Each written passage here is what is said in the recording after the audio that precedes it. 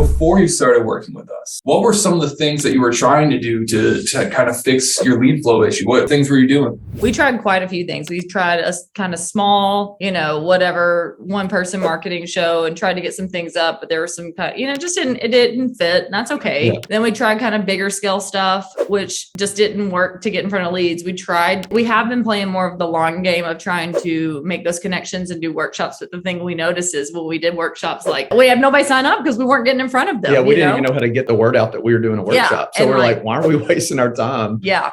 Preparing for all this when no one would come. So that was really frustrating. Yeah. So I think the biggest thing that we had seen was like the relationships was doing it, but it's the long game, right? Like you're building those relationships, you're building those referral sources, and it's great, but it's up and down, right? And so we were like, we need something that we can go and find people and get in front of them and like be consistent with that.